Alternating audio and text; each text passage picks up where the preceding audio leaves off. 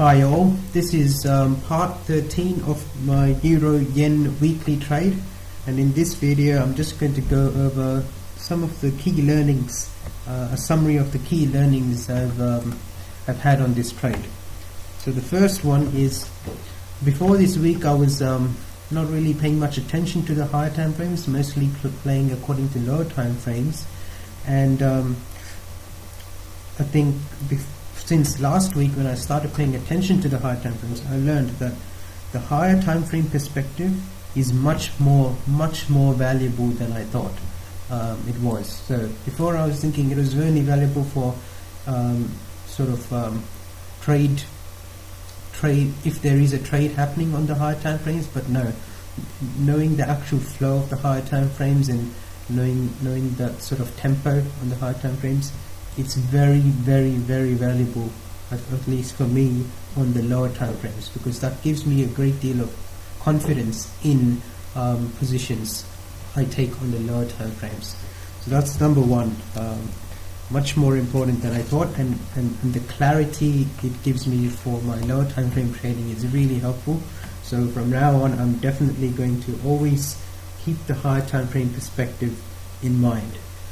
And the other thing is higher time frame trend riding. I think with the bigger higher time frame perspective, playing on the lower time frames and just riding the big trend on the higher time frame, I think is one of I really like this way of playing, and I found it's a very nice way to play. And you can see this is what happened on Euro Yen, and I actually did two other main higher time frame analysis based trades on the lower time frames in the last couple of weeks. So one of them was on Bitcoin, which was, I saw the lows come over here and the highs over here, and the sells come down, but they failed to break this low. So around this point I thought this is probably going to go up, probably to this area again. So I was bullish on Bitcoin from around this area, and this is all going very nicely up to this area as I expected. So that's my first another example of higher time frame perspective helping a lower time frame view. The other one was my pound New Zealand view. So again over here I saw on the higher time frame that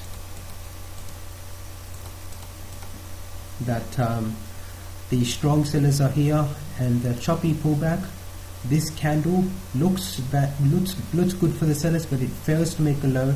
So my opinion was, from around this area this week, I expected to reach at least this high, and indeed it has done that, and it did that very soon. So I was bullish around this area, and that's what happened. So again, that was I didn't catch this move, unfortunately. Wasn't really paying much attention to this, and looking for an entry on the lower time frames. Missed that, but again, the higher time frame view playing out in giving lower time frame convictions and confidence for lower time frame trades, very helpful. So again, something I'll really be doing.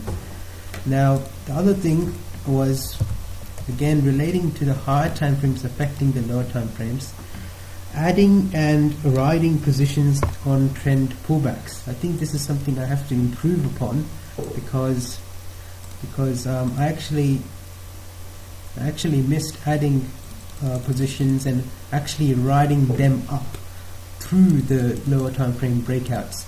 I missed doing so early on in this big trade, which is probably the most important time to add positions and that sort of stuff.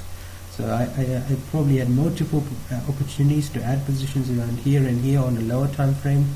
I can go as low as where I want to try and catch the pullback moves, as long as I know where I am in the higher time frame perspective.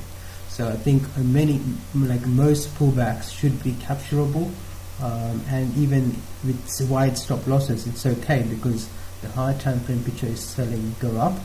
So I think in future I will look to add more positions, especially at early stages of the trend. Tight stop losses are not necessary. I can even have wide stop losses, because the higher time frame wind is behind my back. and I know that there's a good chance of it going up. So adding and removing positions, adding and writing positions is another one.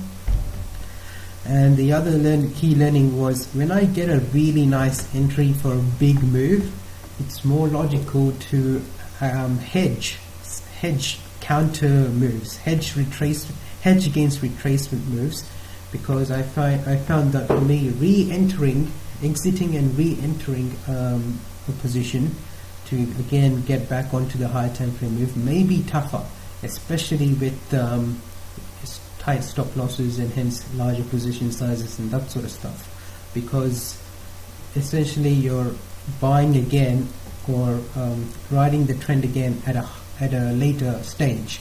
So due to that, I think hedge retracement plays are smarter.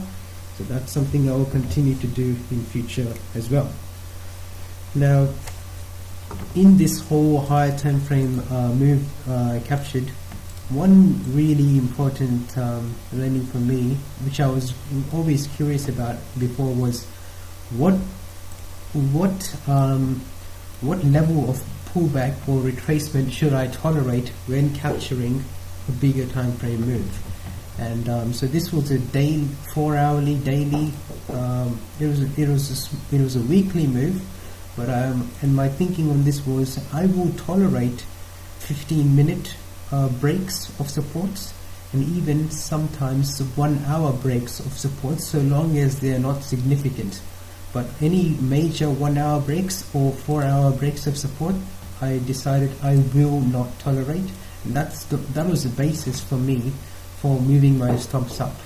So I think this was it worked out well in this trade, but something I have to do more research on was will it work out well for trades that do not move as smoothly, if they are much more choppy in moving up. So the high time frame still in play, but if the move is not as smooth as this, how will positions management occur? That's what I was wondering, and my hypothesis on that is probably the same way, with a bit more conservative stops, in that stops would be allowing for potentially 1-hour retracements to even occur, but that would mean hedging the retracements, and doing those plays would become even more important. So that's something I will keep in mind about how stops management should be handled for capturing these higher time frame moves. The last final sort of learning for me was I really like this way of trading, which is using the higher time frame picture to trade on the lower time frames and potentially ride it up if the momentum is strong. I really like this. This looks like relatively less effort required than just always doing lower time frame moves in and out. So I like this type of trading, and I want to focus more on this. But what I'm also realizing is, in my research on these kind of entries, is the hit rate on the entries really need to be very good. The hit rate needs to be, the success rate on the entries really need to be very good. And some of the research I'm doing actually is showing what kind of entries are good probabilistically and what kind are not so good. So that research is still going, showing good progress, because last few trades, especially last week, this kind of research into these entries I've made profit on, even though I'm playing with really small position sizes for these kind of entries, because it's still in experiment mode. It's a good sign that there is good profit on these kind of things. So that's the research I will continue on doing and share later on once it's completed. But I think I would really like to play this way, capturing the higher time frames from lower time frames and riding the momentum up or down. So that's all. Hope this Euro-Yen trade review was helpful, and I know it's helpful for me when I re-watch these videos for my own review as well. Thanks, and comments and questions are very much welcome.